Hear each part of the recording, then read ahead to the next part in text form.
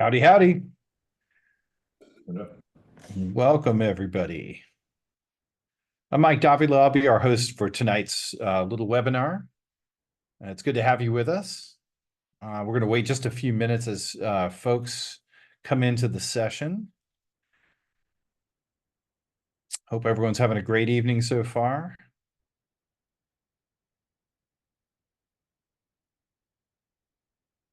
Excellent, excellent.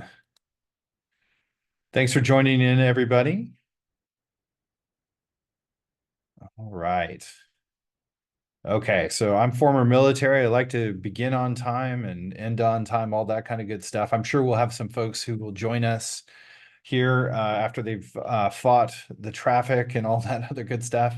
As a couple of notes before we begin, we're happy to have you with us. Tonight, we're going to be talking about visiting colleges. We're going to be talking about interviewing.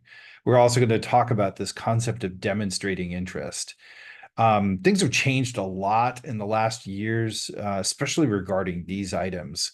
So we figured, hey, let's do a quick, brief webinar on these so everyone can be up to speed on kind of what's happening out there in the world, kind of outline their importance and answer questions as we go through.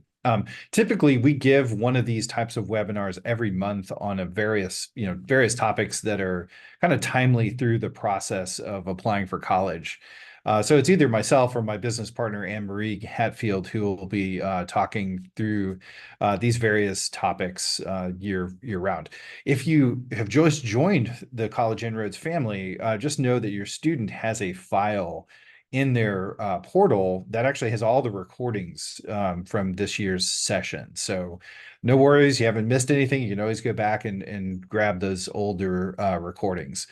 Also, tonight is a meeting format, so feel free to text in questions through there is a chat function. You're welcome to use that. Or I only see about 7 folks on the call, 6, 7 folks. So you can actually unmute yourself as well and just interrupt me as we talk through. Typically, we'll talk for 10, 20 minutes on the topic, maybe a little longer, and then open up to questions regarding the meeting topic. And then beyond that, we can talk about anything related to college that you'd like to chit chat about. So again, welcome and glad you're here. Okay, so tonight's session is really about visits, interviews, and demonstrating interest. I don't know about you guys, parents, but in my day and age, we used to maybe visit 1 or 2 schools, maybe. I did have the opportunity to visit the campus that I actually ended up attending. And I'll never forget getting some of the best advice ever by stepping on campus. I just happened to grab some various college students and ask them, "Hey, what's your opinion of this place?" And I got totally different viewpoints. Both were super valuable. I went to a military academy, and I'll never forget. The first person said, "Wow, this is the best leadership training you're ever going to get in your life." The second person says, "Don't come here. This is terrible. This is horrific." So it was kind of funny. That didn't deter me. I ended up going anyway. Interviewing, I remember I had to do an interview. It was pretty intense. In this day and age, interviews are not all that common. However, literally 3 minutes ago, I finished a session with a student who's a rising senior, and he had just gotten this massive postcard from Trinity University in San Antonio saying, "Hey, sign up for an interview." He's also super interested in Rice. Rice allows you to just go straight to their website and ask for an interview. So they're still alive and well, but they're just not as common as they used to be. This final topic that we're going to hit tonight called demonstrated interest. This is a really interesting one to me. It ties into this concept of what's called strategic enrollment management. And that's really our first slide. Strategic enrollment management is a super data-driven effort on the college's behalf to enroll the best quality students with as much diversity and highest paying student body as possible. And it says, in accordance, quote unquote, with the institution's missions and goals. Yeah, their goals are to increase their viability, visibility, their rankings, all of these things. So Ruffalo Noel Levitz is a enrollment management consulting firm. There's probably 10 or 12 really big ones out there throughout the country, and then tons of smaller shops that help do all the data analysis and all the number crunching and these predictive models that the colleges are using. So sometimes what will happen is they will publish white papers and we can kind of look and see, hey, what's the current trend? What are they really looking for? Anyway, Ruffalo Knowles Levitz defines strategic enrollment management as providing a realistic, quantifiable goal for student recruitment, student success, and the market position of the campus. It manages students and campuses' revenue needs. Think about net tuition revenue as costs outpace federal and state support. That's not new news. And it also maximizes net tuition strategy. Okay, so what that tells me is that all these colleges are saying, hey, I need to know exactly how many of these students that I admit are actually going to enroll, because that helps them plan for new buildings, for hiring staff, hiring faculty, things like that. So it's super important to colleges to get this right. Now, on on the extreme high end situation with Harvard, Stanford, Princeton, Duke, they're probably not hiring these consultants because they have the lion's share of applications and they can just sort through a huge number, over 100,000 in the case of UC Berkeley and UCLA, for example, last year. So yeah, they don't necessarily need enrollment management at every campus. So colleges, they really want to know who's going to attend. They want to increase their application number and broaden their quote unquote sales funnel. That's super important to them. Maximizing net tuition revenue, also increasing diversity and the academic profile of the incoming class. And it's really interesting when you really get into the weeds of this stuff. It's hard for colleges to get all five of those bullet points at once. Sometimes they can get a very diverse class, but that might hurt them in terms of net tuition revenue or perhaps even their academic profile. So there's always all of these gives and takes in the system. And this is the reason why colleges use these kind of graphs or really targeted segmented marketing strategies to apply toward merit aid. So that's the lever that colleges typically use in order to get students to turn their head and decide to come to their campus. So anyway, really interesting stuff. It's very data driven. So it kind of boils down in a lot of ways to enrollment yield. And I know that when it comes to percentages and things like that, most of us think about acceptance rate. You know, hey, the amount of people who applied that actually got accepted. But enrollment yield really looks at the number of people who actually enrolled.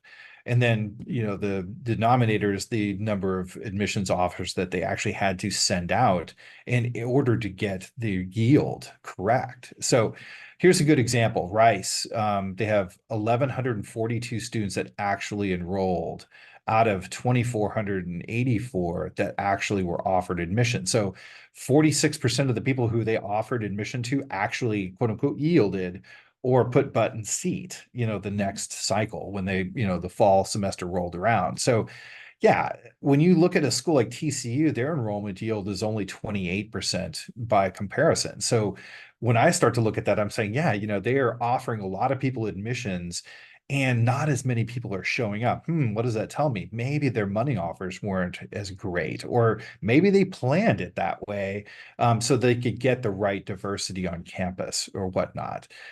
Even Harvard, example number four, may be a surprise to some people because they only have an enrollment yield of 84%. It's really high, but still 16% of the people who applied and got in went somewhere else. They decided to go to Stanford or go to, you know, Oxford or some other place. So even the most, you know, the quote unquote number one school on, you know, college campus around the United States is still not 100% enrollment yield. So where does the rubber hit the road? College visits, college admissions interviews, and demonstrating interest in other ways. So yeah, I kind of backed into this one a little bit differently than you probably expected. You probably thought, oh, I'm just going to come talk about visits. No, I think about visits in terms of showing a college, hey, I'm actually interested in you. For example, Rice, sure, you know, there are a lot of people who will apply to Rice but won't ever show up to the campus. And if you live in Texas, you have to scratch your chin and say, hey, what does that look like to the admissions, staff if you never registered a visit to their campus? Um, Admissions interviews, again, I think they're really great to do if you have the opportunity to do that. It's always a net positive. It's very, very unlikely if you can score an admissions interview that you're going to blow it. It's like when I talk to admissions people, are like, no, no, we really want to get to know the students in our applicant pool. Unless you did something dreadful during the interview, it's always going to help. So I always give folks that encouragement. Also, in our process, it's not one of these things we do with every student to prep them for interviews because it is not super common to see this. But if your student does get the chance to interview, absolutely let us know as soon as possible. We can do a mock interview to help them prepare. Um, and then demonstrating interest in other ways. I want to talk about that because that, again, that is some of the variables that go into those really advanced calculations that the colleges do. They want to see, hey, is this student real or Memorex? If we offer them admission, are they really going to come, or should we just forego them and go with someone who we think is more of a sure thing? Okay, so college visits. So why do an in-person visit? Here's some of the reasons why to do it. Well, number one, see the campus environment for yourself.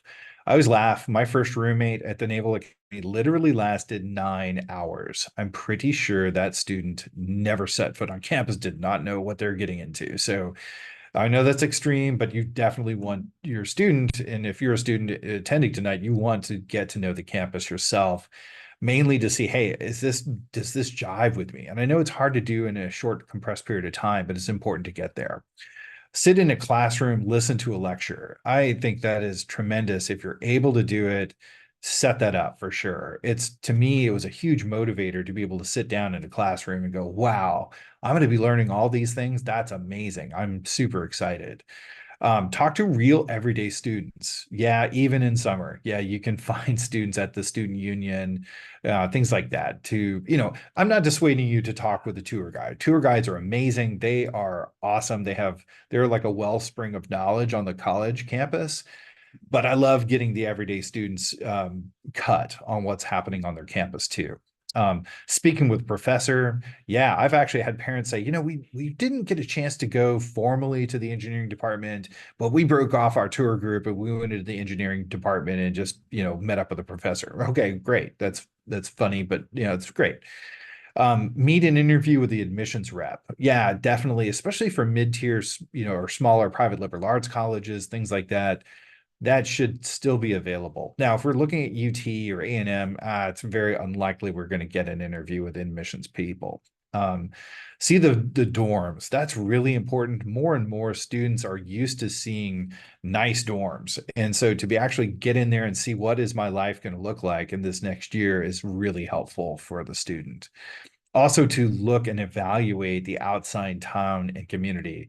Won't name names, but I've certainly been to campuses where it's like, oh, the campus is amazing. The student body is amazing. The quality of education is amazing. The outside community is maybe not so amazing. So it's important to see that firsthand, just to understand, hey, is this going to be safe or is this not? Also getting a vibe of which types of students attend the college. Are they really artsy? Are they super nerdy? Are they preppy? What's going on? And that's very helpful for students to actually see that. And again, the last bullet point is it could be a factor in demonstrating interest in the college, that you'd pick up and go to Michigan, let's say. That's a pretty strong message that you'd be sending to the college. Yeah, I'm really interested. I flew in from out of state. So a college visit tends to be the single most important driver in a student's college choice. That was something that Art and Science, which is one of those enrollment management consulting firms, put out. The other things that really go into how students make choices, most of the time, parents, families, members, inputs, conversation with graduates, sometimes counselors from the high school, college websites, and admission staff interactions. Those are all interesting. I would also say that, in this day and age, I have a lot of students who go to YouTube, go to Reddit, go to other places online to get more information about the schools themselves. So that's really nice. And with 500 students, they polled them, hey, what was the average number of campus tours did you accomplish pre-college? And three was kind of the magic number.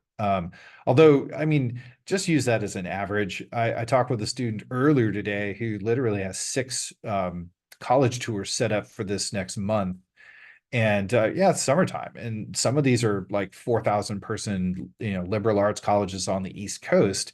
So they may not see a full campus in full swing. That's okay. We know that summer is going to be light for a lot of those campuses. But just know it's never a bad time to visit, in my opinion. Yeah, when should we visit in person? Now. This is one of my favorite sayings from an admiral and World War II: hit hard, hit fast, hit often, Admiral Bull Halsey. So yeah, you could do it in sophomore year, junior year, senior year. It's time to visit campuses. Sometimes I'll have students come in and kind of, they're interested in college, but they're not highly motivated yet. I've seen sometimes where actually getting out early, like in the sophomore year or junior year early on, can really help motivate the student to say, oh, well, whoa, this is very different from high school. Okay, now I'm engaged in the process. So check that out. That could be of a help. Um, Visits can also be held later after we've gotten in. And this is a trend, I think, post-COVID, I've seen more and more. Parents are like, hey, we don't have the time or the money to be traveling all up and down the East Coast to every single school on our list. Can we just go later? Well, the answer is sure, absolutely. Most colleges are going to host Admitted Students Day sometime December, January, February of the senior year. So we can definitely get to campus and see what it's like before we actually send the enrollment deposit in. And then also there are times when some schools will invite students to come to campus for scholarship competitions for really high flyers. So those are a couple of extra opportunities. So what if I can't tour in person? Well, virtual tours, yeah, for sure. I just gave you a quick screenshot of every student's portal has a campus tour module within the research tab here in the right-hand corner of the student's college tab. So when they open that research button, this is the menu, and the yellow highlighting shows the campus tours. Yeah, you can go to YouTube. There's tens of thousands of college videos there. College website, I promise, has 2 or 3 videos on the admissions page alone. So it's really nice. The other little tidbit I would give you, and this is when I do a college research meeting with a student, I always show them, hey, colleges are promoting, hey, connect with us. Hey, get more information. For the colleges rather, that we're most interested in, we should hit those buttons. We should absolutely get that extra fan mail coming from the college. They notice that stuff. They keep track of all that stuff typically automatically. So it's really important that we connect in that way as well. So upsides of a virtual visit. This is really interesting. You don't have to go anywhere. You don't have to spend a lot of time. Doesn't cost much, if anything. The one point that I think is really valuable is sometimes you will get tour guides that are just not the greatest, or sometimes a super junior admissions rep that gives the information session, and you may not get all the information that you'd wanted. A lot of times these virtual tours are really nice because it's uniform information, it's correct information, it's up-to-date information. No matter who the tour guide is, you're getting the latest and the greatest. So I think those are really nice upsides of a virtual visit. The other thing we kind of alluded to earlier is admissions interviews. There are really 3 types of these.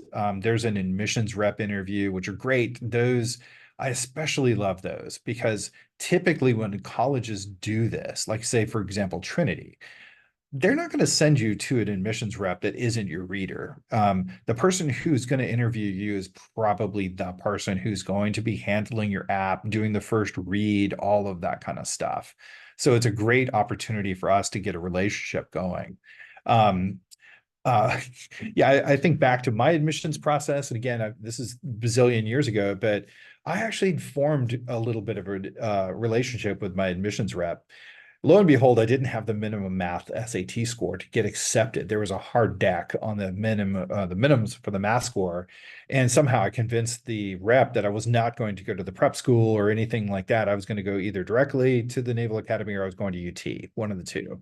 And that person advocated for me at the admissions committee table, and I got in. So not to say that that's going to happen every time, but it's really important to build those relationships. And I know sometimes students are busy, or this may be the first time that they've had to do some of this kind of stuff. The second kind of interview is interviewing with a faculty member.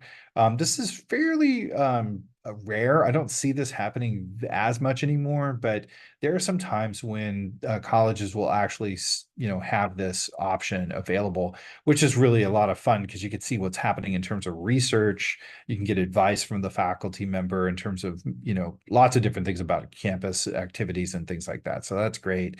The last one, a lot of really selective schools use alumni to do interviews, and those are good. Kind of the mileage varies there a little bit in terms of the quality of experience. Most of the time, they're really nice. Um, when we get to the level where we're using alumni interviews to help screen students, just know that those alumni interviews may or may not have a whole lot of weight at the final decision process. Okay. So I just, some people get really stressed out about these. And I tend to say, listen, it's an important thing to do. It's really good to do, but it's not going to be probably the tip factor that helps us get in or not at a highly selective school. So Trinity University, I've kind of mentioned them a few times. You can go to their website and just sign up for an interview if you like, or you can connect with the admissions rep at the admissions rep webpage. So it's really easy to do that sort of thing. You can just simply Google it or go, through kind of navigate through Trinity's website to do that. Um, how do you prep for an interview? The files section of your students portal for Inroads has a document that talks about interviewing, gives a whole section about that. But again, I would highly recommend scheduling a mock interview with us to help, prepare the student. And really, that mock interview helps the student go over 5 to 10 specific questions that the student would want to ask the admissions rep. It's my estimation that those student-led questions are probably the most important questions in a in an admissions interview. All right, so expressing interest. Why even bother doing this? Back in 2017, which is the latest NACAC survey I could find, nearly 40% of colleges indicated that demonstrated interest was either moderately or considerably important in the freshman admissions decisions. So yeah, it can affect our chances positively by expressing interest. It humanizes us. It can make us stand out. And let's face it, they're a business just like every other college. They need to accurately predict their enrollment figures. So this particular website, which all this will be available tomorrow in the students' folders as well, collegetransitions.com put together a list of colleges that really track interest. So I'm going to go over a few of those here in a minute for you. And then some colleges won't accept you unless they know who you are. In other words, expressing interest in interviewing and all that sort of stuff. And this is rare, but a couple years back when I talked with the High Point University admissions rep, High Point's a small, medium-sized liberal arts college in North Carolina. They said, yeah, if you apply regular decision and we've never talked to you, you've never interviewed with us, you've never been to our campus, it's likely we will reject you because they're trying to protect their yield. They're trying to increase their selectivity. And they know you're not likely to attend. So why should we admit, even if you're highly qualified to go there? So I was like, oh, okay, that's pretty extreme, but that does happen from time to time. So the top ways of demonstrating interest, visiting, virtual, and in person. I would highlight the in-person part of that much more than the virtual. Interviewing again with admissions, applying early, like early action, early decision, or single choice early action. That's really important to a lot of schools. So let's see here. Met this person. You can like them on Facebook, follow them on social media, register and attend virtual information sessions. A lot of us go to high schools that are highly coveted by colleges. So colleges send admissions reps to them to do recruitment. So a lot of times we can go to Westlake or Lake Travis or Vandergrift or whatnot, attend an in-school presentation, and then chit chat with the admissions rep after the presentation's done. Perfect. And then sometimes we can, interview with the alum, like we talked about. Okay. So top ways of demonstrating interest: visiting the campus, applying ED or EA, actually opening emails from the university, clicking on links. I was blown away one year. I went to a conference and Tulane's vice president of enrollment showed us their computer screen that shows how many students actually clicked open their emails that they had sent out, et cetera. And it got really granular. At one point, Case Western Reserve actually tracked how many minutes you spent on their website and where. So that's really interesting stuff to understand. Colleges are not playing this game blind. Again, college fairs, building a track record of consistent interest with the school. So again, here's some colleges that said, hey, we track interest. There are, lots more than just this, impartial list or this partial list, but very important. American University, Boston University, Syracuse, Michigan State, RPI, Tulsa, Tulane, and all the service academies. It's important in Baylor, Drexel, LSU, Rhodes, Northeastern, SMU. Again, some of these are big, heavy-hitting names like Colorado College. It's a super selective school, but they're still tracking your interest. And then there are a lot of schools where demonstrated interest just isn't a factor. They don't care. Carnegie Mellon, Princeton, Chicago, USC, UVA, and some state schools like Berkeley, UT Austin. They don't care if you come for a visit. It's great if you do, but it's not like they're going to track that. Same thing with Alabama, Harvard. So it kind of makes sense, right? They get the lion's share of applications already. They don't have to really track people too closely. All right, so what have we learned tonight? We talked a little bit about strategic enrollment management and how numbers get used in the admissions office. We talked about enrollment yield and that number itself. How does it play into our current admissions landscape? Why even bother with demonstrating interest? How does that play into college admissions decisions? And why should we visit an interview? So, wow, all that in 27 minutes. So I'm going to yield the floor to questions about visits, SEM, demonstrating interest, interviews, any of that kind of good stuff. Any questions? I'm curious, did any of you as parents interview prior to going to college?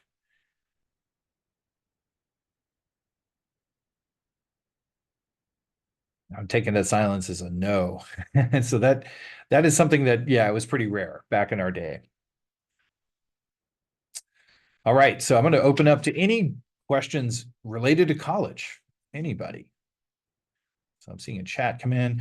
How do I know which school's admissions reps I should reach out to on my list? That's great. Okay, so you can reach out to any of the admissions reps. And my favorite thing to do, honestly, is not even try to navigate through a college website to get to the admissions reps. I simply go to Tulane University admissions rep, boom, and I Google that, and it typically brings me to a page of all their admission staff. Most admissions staffs are segmented into regions, into states. So Tulane is going to have somebody who's responsible for Texas. Now, like Trinity, we'd mentioned that before. They are going to break Texas into regions. So you might have one person who does Austin, you have another person who does, Dallas, maybe two people who do Houston, things like that. So it all is how it's broken up, how the cookie crumbles at each school. But most of the times you're going to find all of that directly on the college's admissions webpage. Thanks for that question. That's a great one, Raj. Any others? And generally speaking, massive state institutions do not do a lot of recruitment out of state. That's not always the case, but a lot of times you're going to see, hey, it's just an admissions bullpen, and you call in and get answers, for your questions there. But most private schools, especially the ones that are not Harvard, Stanford, or Yale, they're going to have an admissions staff that travels, and you're going to see that that's the person you're going to want to interact with. Excellent. Other questions? Any other questions regarding college stuff? We're here in the middle of summer. It's crazy to think we're already into July practically. That blows my mind. Um, for those who are rising seniors, Common App is opening 1 August. So almost all of our students are writing essays at this stage. I'm doing most of my meetings these days are talking about some initial supplements that students need to write, like, hey, how have you shown leadership, things like that, in preparation for that 1 August release for the Common App. So there's a lot going on, and I know a lot of students are doing all sorts of summer activities and things like that. We're also hosting boot camps. We've sent out a couple notifications about that through the middle part of next month. And then after the mid part of next month, we'll be individually meeting with students to help them finish up their basic Common App. And then into August, when we'll be, getting all their applications worked out with the student as well. Okay, so are you able to visit a campus and meet with an admissions member without having an appointment? Typically, no. A lot of times, if you're going to set up time with admissions, they're going to want you to do that well ahead of time. However, a lot of times, if you just want to go there and do the information session and a walking tour, that is something you could probably drop into. But even then, I would, most college websites on the admissions webpage have the ability to form appointments for those things as well. Okay, Skylar, thanks for this question. What is considered a good amount of colleges to visit? Well, as many as you can off of your list, and I would start with your top choice college and just work down from the top. I've had a lot of students in the past, and this is just part of the process. I really love the school. This is my number one choice, for whatever reasons. And then, yeah, we're going to go visit 4 or 5 colleges. That's one of them. And then all of a sudden, that top choice call gets knocked down to second place by another school that was maybe a third or fourth choice on the list. So, again, that kind of tells you the power of some of these individual visits.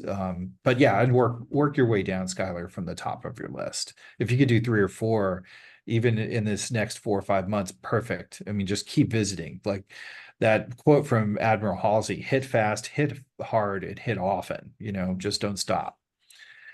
Great question. Any others? All right, going once, going twice. All right, well, we'll wrap it there. I really appreciate you being here. Hopefully you got a little bit out of our session tonight. If you have any other questions, don't hesitate to reach out via the chat function in the portal, and we'll see you soon. Have a great night.